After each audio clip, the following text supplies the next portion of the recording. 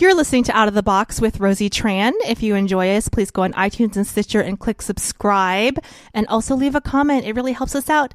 I'm here with Dekovan Ashley of Thrdplace.com. How are you doing today? I'm doing just fine, Rosie. Thank you. How are you? I'm doing great. Great to hear. So I'm excited about talking about your website, Thrdplace.com. Why don't you tell my listeners a little bit about it in case they don't know what it is? Yeah. The website is a reflection of myself, our team, and our interest to get more people out and active within local communities, within community economic development. Really, we want people taking leadership, taking stewardship of their local communities, seeing how they can improve it with built environment projects, building an edible garden, advocating for alternative transportation like safe or designated bike routes, you name it. So the website itself is a host of resources that they can use to do that work themselves or partner with organizations doing that same work. So is it kind of like a Kickstarter for nonprofits? Like how would you describe it for someone who's like a complete like numbnuts and doesn't like understand anything about giving? Right. Kickstarter is a frequent comparison, and some people say that we are the Kickstarter of community development or community building. Is it nonprofits or just community outreach stuff in general? General. Okay. Right. So our clients are not only nonprofits, but also for-profits, large and small, government agencies, and we also have individuals using the enterprise software as well. So all are welcome. It's a choose your own adventure. And really what becomes interesting is seeing how we can actually match the efforts of the individuals with larger organizations. It can be a capacity building tool in that regard. So we like to think of it as matchmaking. So on the one hand, there are organizations for nonprofit that have resources, but don't have the local knowledge, don't know what the challenges are of local communities. On the other hand, we have smaller organizations for nonprofit that have really local intelligence, but they don't have the resources. So on Thrdplace, these two different organizations kind of get to meet in the middle and do the good work that they purpose to do. So how did you come up with this idea? I mean, it sounds like a really great idea for someone who's interested in, like you said, choosing your own venture, discovering something that they can do for their community or their, maybe a community across the globe, it looks like. Yeah, absolutely. Where did you get this idea from? It's really awesome. It sounds great. Yeah, the idea has developed over time, but really the origin story, for me at least, began in New Orleans. I'm a graduate, of Tulane University. By the way, I'm from New Orleans. Yeah, right. And I love it and miss it. Yeah, and it's been, a constant inspiration for me, that city. And how long were you in New Orleans? I've lived there on and off for 8 years in the aggregate. I mean, your love of New Orleans is the love that I share too. I mean, I've moved away 2 or 3 times now. Obviously, I've moved back 2 or 3 times. So it's never out of my heart. And were you there during the storm? I was not there during the storm. I was actually living and working in Washington, D.C., and that was the trouble of it all. I was watching the devastation unfold, over the internet. Did your heart break? Absolutely. I can tell you that my heart just absolutely broke. I was in the city at the time. I was living in L.A., but I went to go visit my family, and I will defend Mayor Nagin to the death. I don't care what people say because people were not there on the ground floor. Yes. Bush totally forgot about us. Poor Senator Mary Landrieu drove in her SUV to Washington, D.C., banging on the door of FEMA director, I think Robert Brown, I can't remember his name, and said, please send people to New Orleans. I mean, it was a war zone. And when Harry Connick Jr. went on television for that, they had like a fundraiser with, I think with U2 or Sting. I can't remember who was on it. They had all these celebrities, and Harry Connick Jr. broke down crying and begged. I mean, there was nothing more sincere. And I love Harry Connick Jr. And they had this image of the empty quarter, and then they had another image of people on their roofs, and they just had Harry Connick Jr. crying. Yeah. I literally, my entire body, it felt as if, have you ever had like a really bad breakup where you just feel like you're like in shock and you're just like, your body is like in shock. You're like, we're really breaking up? What? I wish I could say no, but the answer is yes. And that's just how I felt like just someone was breaking my heart, because Harry Connick Jr. is such an icon to me. He's the first, concert I went to go see when I was like 15 or 14 years. I think I was 14. at the Sanger or the Orpheum. Oh, I can't remember. My memory's gone to shit. But I'm like, what was this? I don't know. Who's the mayor? Down Who's on Canal Street. I'm with you. who's the FEMA director? What happened? It's a blur. I did not have a hurricane at the time. I was not drunk. I was sober. But a la New Orleans style. But I just, my heart broke. Yeah, absolutely. And so I can, anyone who has, okay, if you haven't been to New Orleans, you don't know what we're talking about. So you have to go visit. But even if I was in LA or a different city, my heart would have broken. And I'm sure watching it in DC, you're just like, no. Yeah, there was a little bit, I was totally connected because it was the city that I loved and had family and friends that were there. But I felt disconnected too because I felt like I couldn't help from that distance. Perhaps I could go to the local grocery store and donate a portion of my purchase to the cause, but that didn't seem like enough. It doesn't feel like enough. It didn't feel like enough, and so I traveled back with my then girlfriend, and was this okay? Sorry to cut you off because I kind of went off on a tangent. Sure. Was this the beginnings of the formations of Thrdplace, or was this just in general? It was. Okay, so it had to do with Katrina. Absolutely. Okay, great. Awesome. This is the origin story. So perhaps August 29th, 2005 was when Katrina hit the Gulf. I think I was back on the ground maybe November. So just 2 months later. And were you working in DC? I was working in DC, and as at a place or as a consultant, or I was working in DC at the time. I was working for Forest City Enterprises, which is a real estate development management firm. So you were able to freely go, or were you like, I quit, I'm going to New Orleans? I quit. You did? Quit. Oh, okay. This is great. I packed up my entire life. And said, I don't know what this is all going to be, but I want to help. And my attitude was, you know what? If I'm working in the field with a shovel, fine. If I find my way behind a desk, that's okay too, as long as I'm contributing to the revitalization, the rebuild of the city that I cared so much about. So I got on the ground with little to no prospects and just, started flopping on people's floors and couches and seeing how I could help. In a very real way. I just wanted to be in the eye of the hurricane and see what was going on. And, I stood in front of the house that I lived in for years in New Orleans, and it was still there. It wasn't leveled like it was uptown, right? Uptown. This was uptown, yeah. So it wasn't devastated the way that homes in the Ninth Ward saw devastation, but it absolutely broke my heart seeing it shuttered, and the water main out front was broken and water just openly flowing in the streets. I remember you could hear for miles just because the city was uninhabited.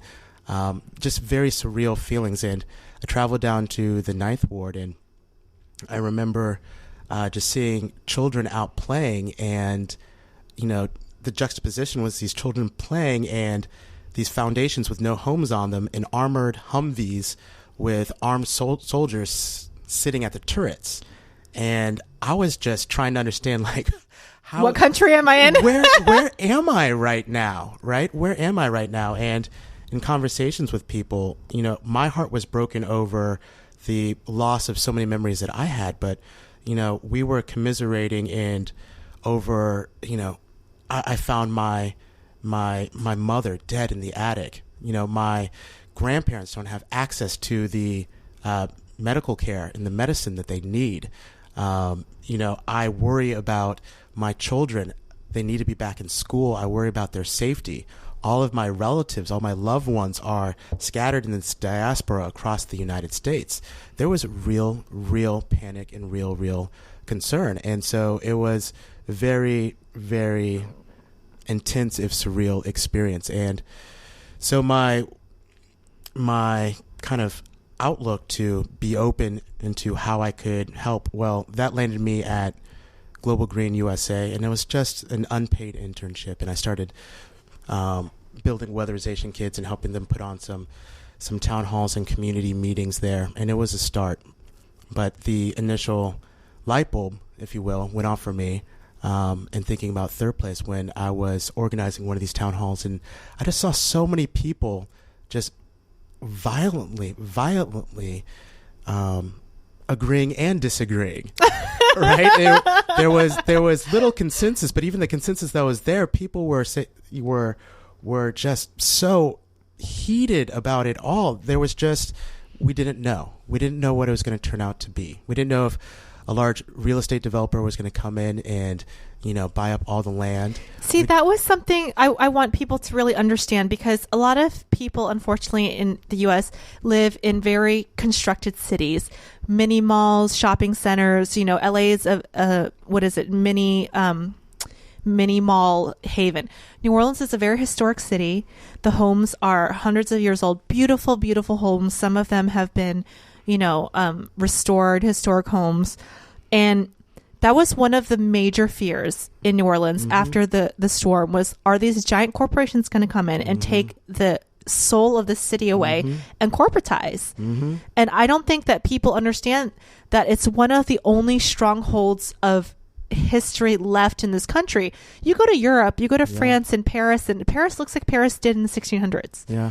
Other than the fact that the streets are paved, you look at the Arc de Triomphe, and it's the same building that was there when Napoleon marched, down the Champs-Élysées after his, victory in the 1800s. So these cities are preserved, and we go in America, there's only a few cities, a lot of southern cities. Charleston is like that. Savannah is absolutely gorgeous. San Francisco still has some of its heritage left, but a lot of America has been developed, and it's not the way it was. And I know there was a big controversy. There's a Walmart now in Uptown, and that Walmart was wanted, there was a huge controversy against it because everything in New Orleans kind of has this New Orleans-y look and this historic look, and they ended up allowing it, but it kind of has a different look. It doesn't look like a typical Walmart. It's brick, and it looks more, historic. It's more integrated. It's more integrated into this, but I don't think people who haven't visited the city really understand what that means. It's really a part of the culture and heritage. Yeah. It's kind of like, taking a street that has all these independent little mom and pop shops and just knocking it down and putting up a super center. All of the culture is just sucked out of it. And maybe that is something that's happening with globalization. But when you see a city that beautiful, you just can't. It's so, if you have seen it or seen a city like it, just imagine if you've been to Paris, the streets of Paris being, torn down and putting up at McDonald's. It's just craziness. Yeah. It's absolute craziness. I mean, even to the point where when I was growing up there, part of New Orleans culture is the local coffee shop. People in New Orleans love going to coffee shops, of course, and sitting all day and smoking cigarettes and reading the, Times-Picayune, which is the newspaper there, and just enjoying and chatting and studying. There's a huge coffee shop culture. And when Starbucks started coming in, which was when I was in high school, and there was protest. There were major protests against Starbucks coming in. There's a couple Starbucks there now, but I know a lot of people that visit New Orleans, they go, why can't I find a freaking Starbucks? Yeah, absolutely. And what is funny, what has me laughing now is Thrdplace is really, in urban theory, we say that there's three places where we all kind of exist. There's your home. That's the first place. And there's your place of work. Then there's a third place, which is community. Oh, right? That's the origin of the name. That's the origin of the name. And urbanists have really studied salons, coffee shops, beer gardens as these places where, communities or members of community can come together, and they can wear a number of different hats. It can be a place of work. It can be a place to get together with friends, to take out a date and to romance, but a common spot where people can, come together and just enjoy. Now you see Starbucks really adopting this idea of being a community third place. But, one thing that has us all falling in love with New Orleans is that coffee shop culture is just one of so many opportunities in New Orleans to enjoy these third places. Right? The city is full of parks and public squares, Congo Square being most famous, and that is the, origin of jazz. It is a place where people, come together to celebrate life and one another, and what had me falling in love with New Orleans. So there was a real fear that would go away. That it would go away. And I don't think people, if you've never been, you have to been, and I'm not being paid by the New Orleans Tourism Association, you have to go. I miss it on a daily basis. Yeah, it's the kind of city, when I tell people that I'm from New Orleans and they've been to New Orleans, their jaws drop and they go, oh my, I've only gotten one response. Oh my God, I love New Orleans. It's kind of, you know, I don't think I've ever met a person that said, I've only met one person that said something that had something bad to say about the city and they had never been there. Yeah. They said, oh, I heard it's kind of dirty. I'm like, yeah, if you go to the quarter after Mardi Gras and there's like piss everywhere, you know, on like a, yes. I mean, it gets crazy. It's like, and the joy that I get is when I take people there for the first time. It really is a joy of mine because people do not understand. And then I'll take them there and they go, oh my God, you can do this. Oh my God, you can do that. Oh, I thought you could only do this in Vegas. We were the original Vegas, like in like the 1600s. Yeah, people feel like you have to go to a Vegas or some all-inclusive resort to enjoy life. Like take time out to have a drink, you know, laze about, you know, enjoy some music, go dancing. Have a 3-hour extremely butter-filled meal. Exactly. And somehow in New Orleans, it's always just been integrated into the lifestyle. Yeah. It is part of the lifestyle. So that was a major concern, is losing that kind of feeling. And there's also the big green movement that was going on, and people were worried about, you know, the city shrinking for the benefit of being more green or sustainable. So people were really kind of, you know, worried about what the future was to hold for not only their home, their land, but also their cultural heritage. And at that time, you know, digital tools were, you know, just coming out. Social platforms were just, you know, kind of coming out. And it seemed to me that there could be a better way for people to communicate, to foster or curate these conversations about how we could revitalize New Orleans than just simply shouting at each other at these at these meetings. At these town hall meetings and just cursing and being passionate. Absolutely. And, you know, on top of that, I really realized that, you know, there were a number of different interests here. And one was of the, you know, the citizen, another was of the city officials, and another was perhaps of these developers or, you know, local business owners or vendors, and they all kind of speak different languages, right? And it was very, very much a lost in translation moment that was going on between the three of them. You know, residents didn't care about, you know, setbacks or land use or conditional use permits. You know, they just want their home back. They want their children to be safe, right? That's what they wanted. So that's when like I said, the light bulb first went off for me about Thrdplace. So at that time, you still didn't form the website yet. You were just volunteering as an intern. You were at this town hall meeting and you were like, okay, people need an outlet. Now, do you have any history in web design, or why did you think about doing a website?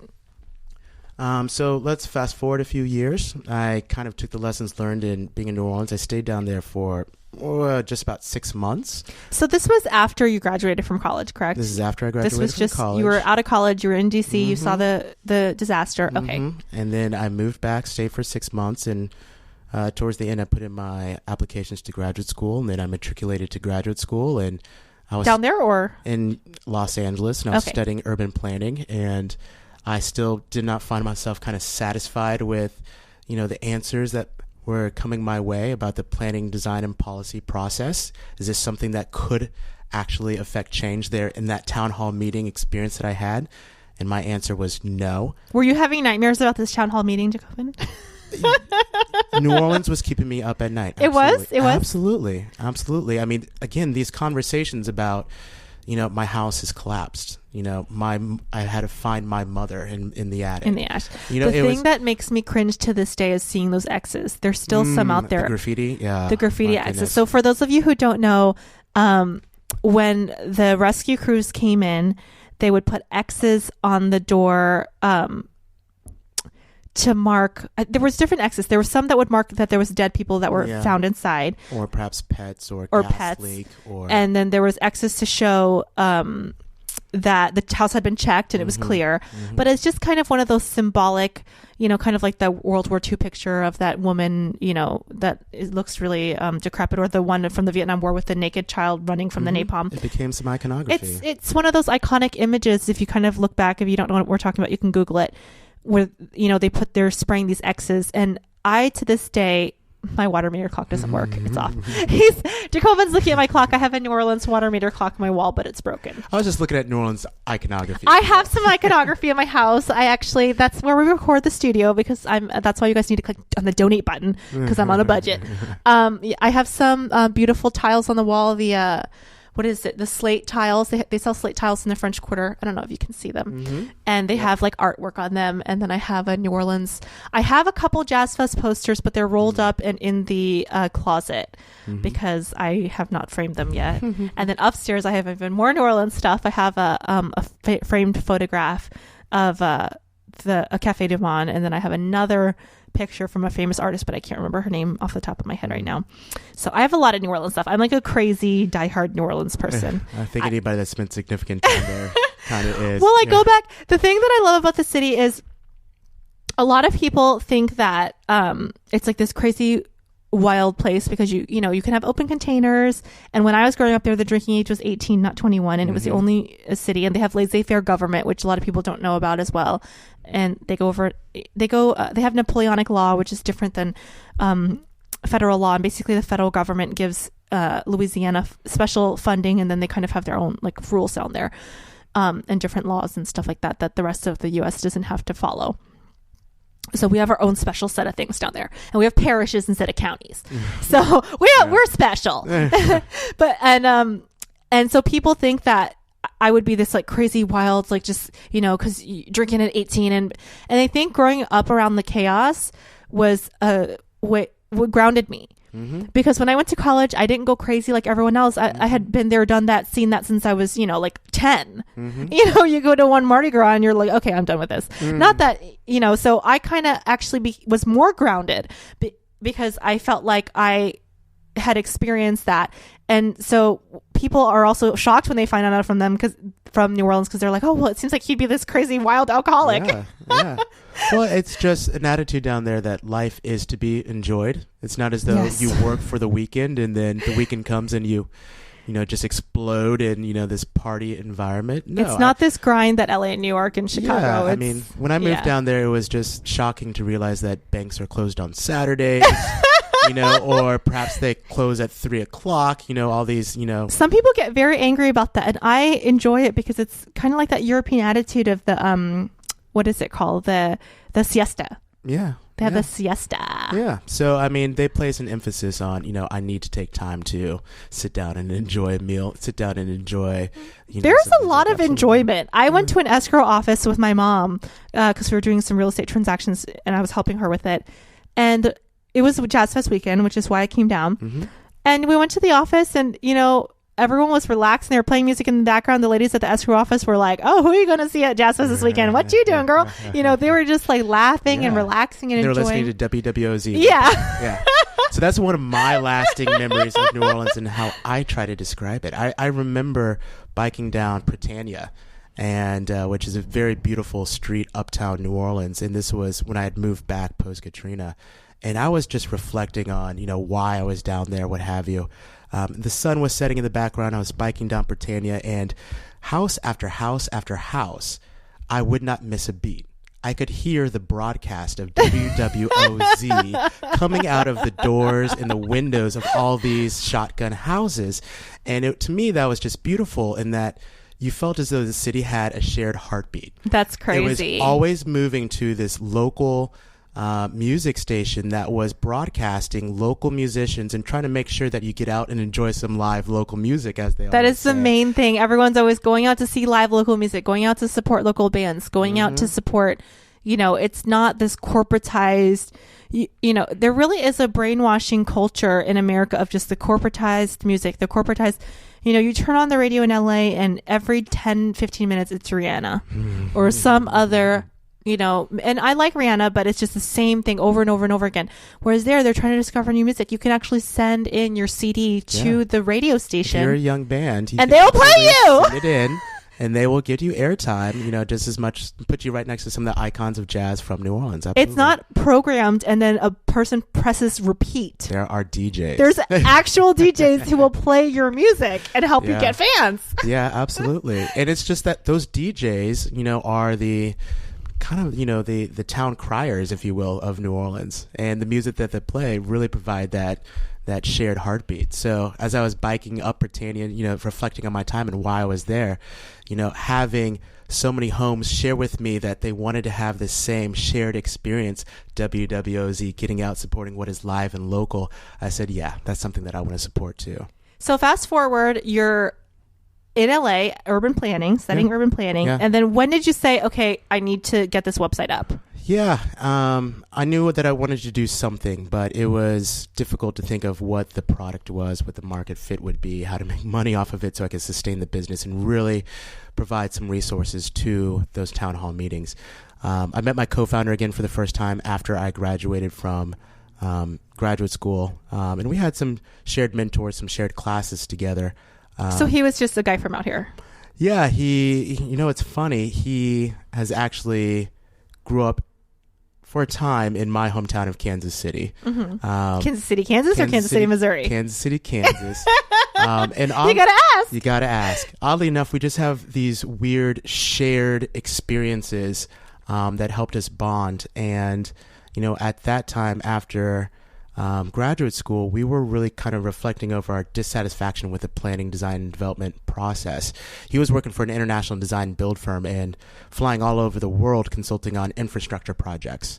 And he was sharing with me that, he had just gotten back from Riyadh, of all places.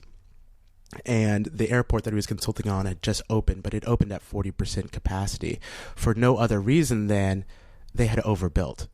In other words, it was a vanity project, and he was finding that no matter how kind of design forward or perhaps lucrative the project or design is, it wasn't necessarily reflecting the needs and interest of community members, people on the ground. So, we were kind of bonding over that, saying, like, what does that mean, right? If, from my perspective, bottoms up, if the town hall meetings resources weren't there, people couldn't get their voice heard, in front of, the government officials to, talk about how to revitalize New Orleans. Okay. And from... You okay there, Rosie? I'll edit it out. Okay. Oh, my God. You have water, right? Yeah, I have water. I'm choking. Okay. This is a good thing about podcasting, editing out stuff. Right on. Okay. So let me just start with how I met my co-founder. Met my co-founder, Mike Colosimo, again for the first time after graduate school. We had some friends in common, some mentors, and even some shared classes. And we were bonding over our shared kind of dissatisfaction with the planning, design, and development process. And he, at that time, was working with an international design build firm and traveling around the world consulting on infrastructure projects. At that time, he had just returned from Riyadh, and he had just seen the opening of an international airport, and the airport stood open only at 40% capacity. And his realization or his insight was saying that it's not enough to have something that is designed forward or perhaps even lucrative for whomever the stakeholders may be. If it's sitting at 40% capacity, it's really not meeting the needs or wants of the people on the ground. And that was something that did not sit well with him. So from his perspective, kind of top down, those with resources, those developers, they weren't meeting the needs of the ground or on the ground. And from my perspective, from that town hall meeting, bottoms up, I couldn't understand how we could reach that fever pitch or find that right voice to, kind of find those people that have those resources that Mike was working with. So basically putting investors in touch with the people that really need them. People with resources, with people that are in touch with the local problems. Right. So from bottoms up, for me, the porch was too cold. Top down for him, the porch was too hot. We decided to meet in the middle. Right. So we said, is this going to be a consulting practice? And that's not really what we want to do. So you guys were just thinking to form a business together at first?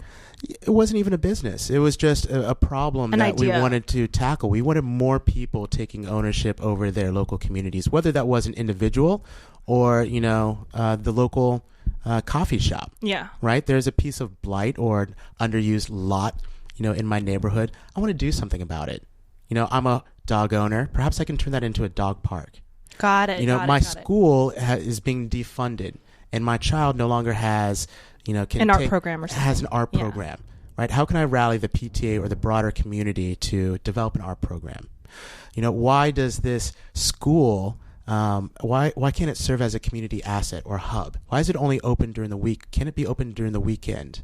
At 3:00, why can't I just pick up my child? Why can't I also pick up some fresh organic food from the edible garden that we plant on Saturdays and Sundays at this local school? Why can't we do more with the resources that we have at hand? So it's a place to maximize, basically, it's creating efficiency or trying to create efficiency to fill needs that are in the community. Yeah, community sourced needs within the community. If you see a problem, use the tool to see if you can get the resources you needed to address that problem. And we really, it started out as an experiment. We were accepted into a startup accelerator in January 2012. What is the startup accelerator? Startup accelerator. The name of this accelerator was is Start Engine. It's located in Westwood, Los Angeles, and they are purposed to give startups the resources they need to exceed. And was it a contest or just it's a program? It's a program. There's an application process, and you talk about what it is that you're doing as a business. You show whatever assets you have, whatever traction that you have, and if they like you, if you fit their portfolio, they're going to ask you for perhaps a portion of your business in exchange for some equity, and they will give you resources like not only cash but perhaps legal advice, perhaps hosting or server space, access to people who have been there and done that, other local entrepreneurs, things of that nature. So it was a 3-month kind of accelerated program on how you can take this idea and make a business out of it. And the initial experiment was to say, okay, now that we're talking about people with problems with the communities aggregating resources from the community, perhaps we can look at what others are doing in crowdsourcing, right? That's why people often compare us to a Kickstarter if it's Kickstarter for community development. It sounds like Kickstarter meets like a dating service. A little bit. We like to think of it Kickstarter plus a little bit of Angie's List. Yeah, you're kind of like putting people together, right? Absolutely. Yeah. And we initially wanted to see if we could kind of have a Kickstarter for enterprises because, Rosie, that was the second light bulb that went off while we're in the accelerator. In our research... So there was multiple light bulbs. Oh, yeah. Well, inspiration is always striking. Well, that's the fun thing about being an entrepreneur. Please do not get married to, the idea, right? It's really... It starts changing and molding and growing. Absolutely. And taking a life of its own. It's about the vision. I know where I want to go. We as a team, we know where we want to go. How we get there, we're open. Right. And this second light bulb was really revealing to us. We found in our research that a lot of brands, big and small, were committing tens of millions, if not hundreds of millions of dollars each year in philanthropy or corporate social responsibility. And we said, if they're giving, to support affordable housing or financial literacy and we're or looking. Beach cleanups, and said, okay, regardless of their motivations, perhaps it's a tax write-off. Regardless of their motivations, perhaps we can kind of reposition or pivot this, right? And if we are able to do that, we can kickstart, no pun intended, kickstart this community development that we would like to see in what was to be Thrdplace.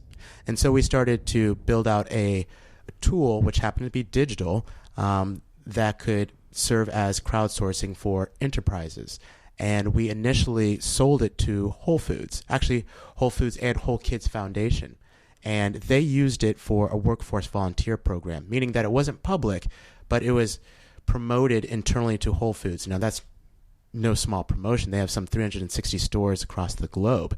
And they were able to not only activate all of their employees, but they were able to find, vet, and activate I think it was around 120 local nonprofits across the globe in doing some sort of community service. They really realized that they had a need to distribute messaging across their entire retail footprint, but they wanted to be very concerned and reflexive to the needs of local communities. So the needs of Venice Beach, California is very different than the needs of, South London. Yeah. So that nonprofit, that local nonprofit would really serve as the local fixer. Again, the person with resources, Whole Foods, was able to meet with the person with the programming, that local nonprofit. And that experiment worked. It was a success. We're able to iterate from there, move on to the next experiment, the development of Thrdplace. So how did you hook up with Whole Foods? Did you just call them? Did you have a connection there? Like, how did you go from having an idea to finding this corporate? We stalked them. We literally stalked them. You did? Absolutely. So I want to hear about that. That's crazy. I want to hear about what it takes to be a successful entrepreneur. Yeah. So we have a friend who is kind of a local activist. He really does a great job. His name is Francis Delavecchia. He does a great job in organizing volunteer opportunities. I just want you to know that your face lit up with evil when you said we stalked them. Delightful, inspired evil. Well, I'm telling you, when you know what you need to do in order to get it done, and you're committed, and you have passion. Yeah, it's kind of really fun and exciting knowing that nothing's really going to stand in your way, right? And having them say, yes, we see what you guys are all about. That's the validation right there. So this friend Francis Delavecchia, who is active organizing community volunteer projects, he knew of the director of Whole Kids Foundation. She was formerly the former director of marketing for Whole Foods. And he knew that she would be at a conference in Denver. And Did he fly to Denver? He said, let's go out there and, pitch her and get it done. Whole Foods was, to us, a great brand to work with. Their Whole Kids Foundation is purposed to build edible gardens in schools, provide salad bars in schools, and educate the teachers about healthy living in the hopes that they're going to pass along those lessons to the school children. So we really liked what they were all about. So we did it. The three of us, my co-founder, as well as Francis and I, we flew out to Denver, and, of the thousands of people at this conference, we were able to find this young woman and talked with her, and then later dined with her, and she understood our vision, and she understood our passion, and I give her credit. She really took a leap of faith with us, and I think that really speaks to her, as well as the Whole Kids Foundation, what they're all about. But also, I think that speaks a lot about you guys, and I think it's important to know, because a lot of people, take something as a rejection, or take something and they say, oh, well, I'm an unlucky person. Here, you guys created your own luck. Absolutely. Which is very, very important in entrepreneurship. Absolutely. And business, and in life in general. I think people need to realize that you can't just sit there and say, well, I'm unlucky, or things aren't going to happen to me. It's like you guys found out where a decision maker was going to be, and you created your own luck. Yeah. And I have a feeling that had she not been interested, you guys would have created another situation in which more luck would have come your way. Yeah, absolutely. Again, it's just all about the vision and how we get there. That's a different story, But you guys took the risk. I mean, a lot of people would just say, oh, well, why don't I send her an email? Right. Or why don't I, send a letter? And that letter email could have never been, looked at or opened, but somebody that actually flies out there, meets face to face, that's a huge risk, but obviously you guys had a huge reward. Yeah. I mean, I'll juxtapose that against the most recent meeting that I've had with this young woman. It was actually here in LA. She flew in to take part in a panel discussion at the Milken Institute called Hungry and Obese. It was really a conversation about how, as Americans, we are both the most obese country, as well as, the hungriest. The children within our own communities in South and East Los Angeles live in food deserts and don't have access to fresh organic food. Instead, they have access to 7-Eleven. So it's a challenge that Whole Kids Foundation is really trying to address. And I remember after the panel discussion, she and other panelists were really swarmed with attention, and people thrusting their business cards at her saying, I want to do this, I want to do that, I want to do this, I want to do that. And I remember I just stood there in front of her waiting to catch her eye. Finally, she saw me and I saw her, and we just hugged. And she just said, let's get coffee. And that was it. She said, I want to know what you guys are up to, how I can, continue to collaborate with you guys. And I was just sitting there hugging her, saying, thank you for taking a chance on us. And So what do you think it was about you guys that stood out? Was it the energy? Was it the intention, the passion? Because you're saying that people were like thrusting themselves at her, trying to get attention. What do you think it was? The stillness? Like, what do you think the stillness, which may have come off as confidence. Mm-hmm. Like, what do you think it was that? I think we found a way to stand out, both by our model as well as our willingness to fly cross country to, make ourselves known and let her know that she needs to be using our product. So it helped us to continually stand out in the crowd. And literally stand out in the crowd. And, it was an interesting moment for me in which I was sitting there saying, do I need to do anything to grab her attention? And I didn't. And that was really, really kind of a validating moment, a pleasant experience. So, yeah. That's awesome. Wow. What an inspiring story.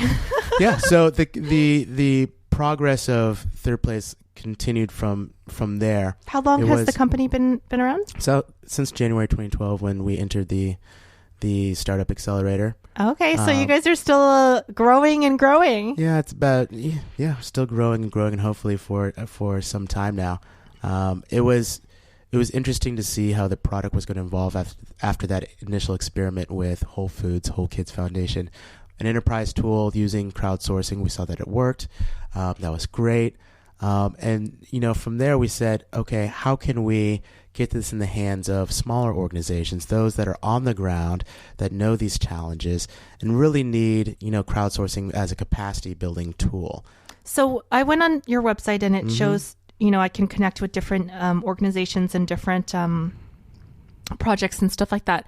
And there was a map of the U.S. If I wanted to find something, I have cousins in China. Sure. Are there projects up there all across the world? There are projects throughout the world. I wouldn't say that our penetration is such that you could blindly enter a zip code, a tract or a country and find a project that is active.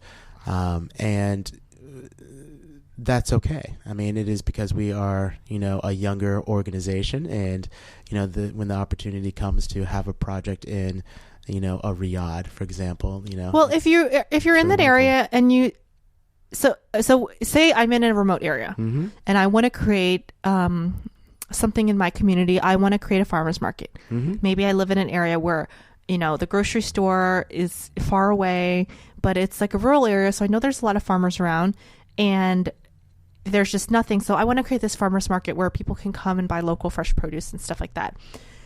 I can just go on the website and create the connections, right? Yes, you can. It is dependent largely upon your own promotion. It's kind of the 80... That's like Kickstarter too. Absolutely. People have to promote their projects. Yeah, and I think those of us that are around the world of crowdsourcing, we try to emphasize this point. It is the 80-20 rule. The vast majority of your donations are going to come from your grandmother and come from your business colleagues. That's just the nature of the game. What has been kind of proven out is that it's a small percentage of folks that are on Kickstarter or Indiegogo or other crowdsourcing platforms that are just looking for other cool, innovative projects to give support to. And a lot of people want to donate money to stuff like that. I think that with the way our society is going with the internet and TV and transportation and people in their cars, a lot of people feel disconnected. Yeah. And I know that people are spending hours and hours in the car and not really getting to know their neighbors. Yeah. I know most of my neighbors, and I have a friend who was completely shocked. He's like, oh my God, everyone knows you. Well, I walk my dogs. I have 2 dogs and I walk and I always say hi to everyone. I'm like, oh, good morning, good morning. Yep. And I actually made it a note to especially say hi to people who seem like they don't want to say hi to me. So I used to, this is a side tangent, but I used to have a homeless guy that lived on my corner and he just looked super mean and angry, like really, really angry and really mean. And he's the kind of guy that I'm sure if my mom, she's like very sweet, but she's kind of judgmental. She would probably be like, stay away from that guy. He's dangerous. Right. He looks crazy. So every time I would walk by to him, I would make a big, big smile and say, good morning. And he would never smile back. And I think about 2 or 3 months in, I like kind of cracked him. Yep. And then he started smiling. He didn't speak English very well, but he started smiling and nodding. And there's a couple like angry neighbors too who are always like, come out and yell at me and make sure I'm cleaning up after my dogs, which I do because I'm a crazy good dog owner. Yeah. And And every time they yell at me, I used to get mad, and now I just always smile at them and make sure, oh, are you having a good day? And sometimes I even stop and try to have a conversation with them. Yeah. Because I think people are really disconnected and they need that connection. And that's why I think websites like Thrdplace and avenues like that are really, really, really important. Yeah. People are really craving. Because people want connection. People are craving for it. They have an appetite for it.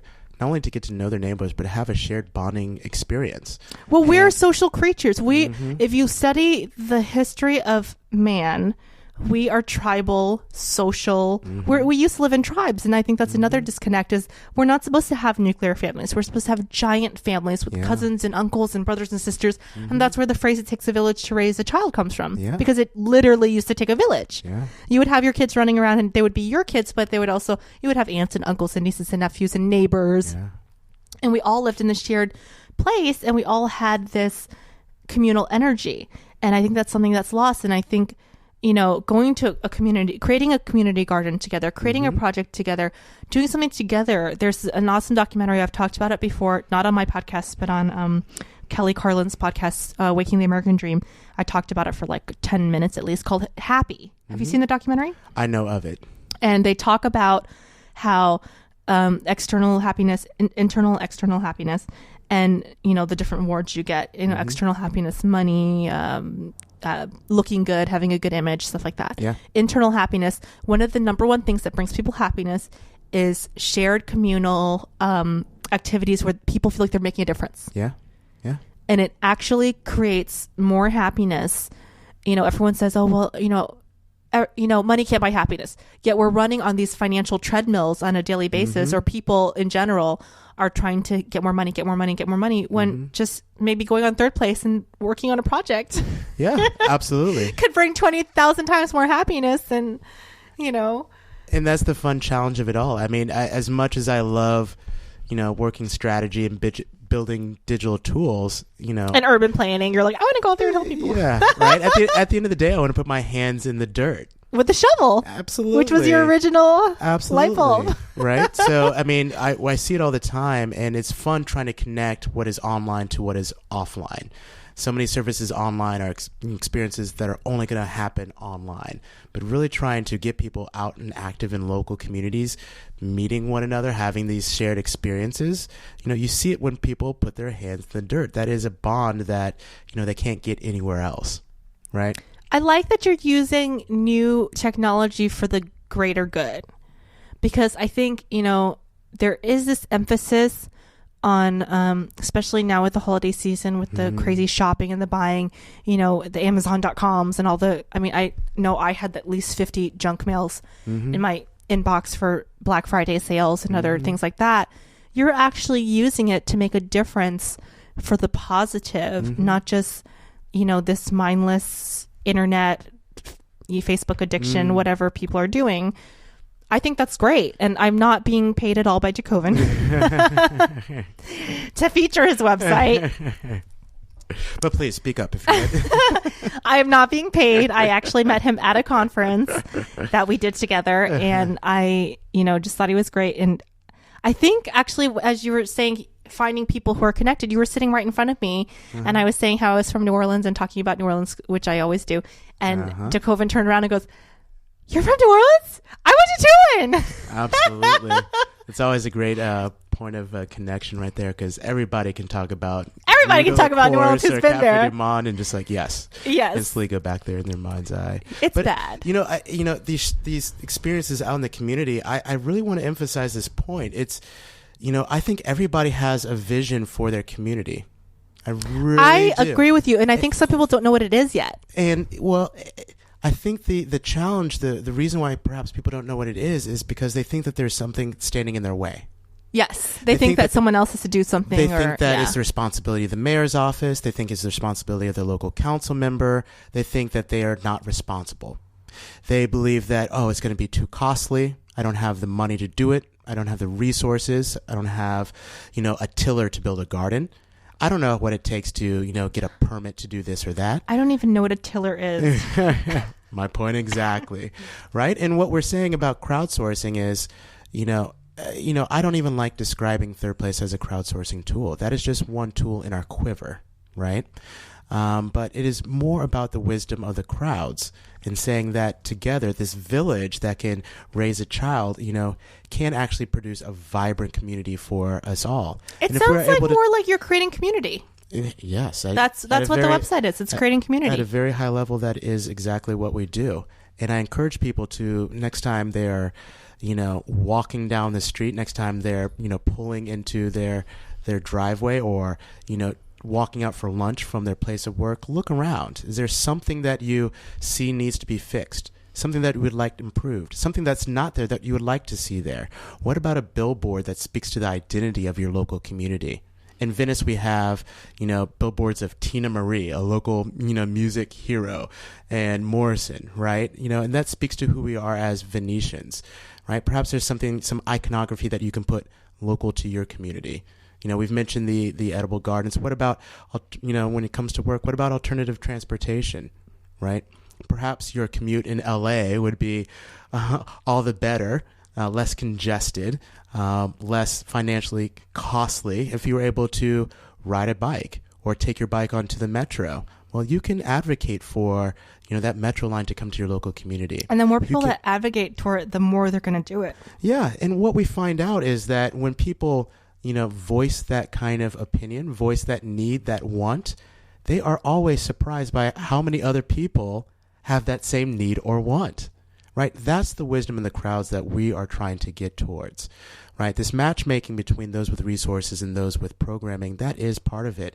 But, how is it that we talk about civic engagement? I don't even know what that means. Is it the rate of volunteerism?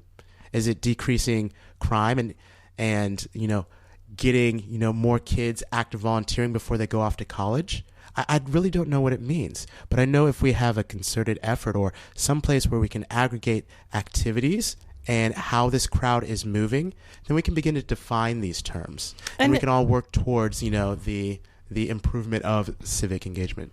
Well, I think also, like you said, a lot of people don't realize how many other people are thinking the same thing they're thinking. Absolutely. I mean, I know that I've heard probably every single person I know say, oh, if LA had a better subway. Because, first of all, some people don't even know that LA has a subway. We do have one.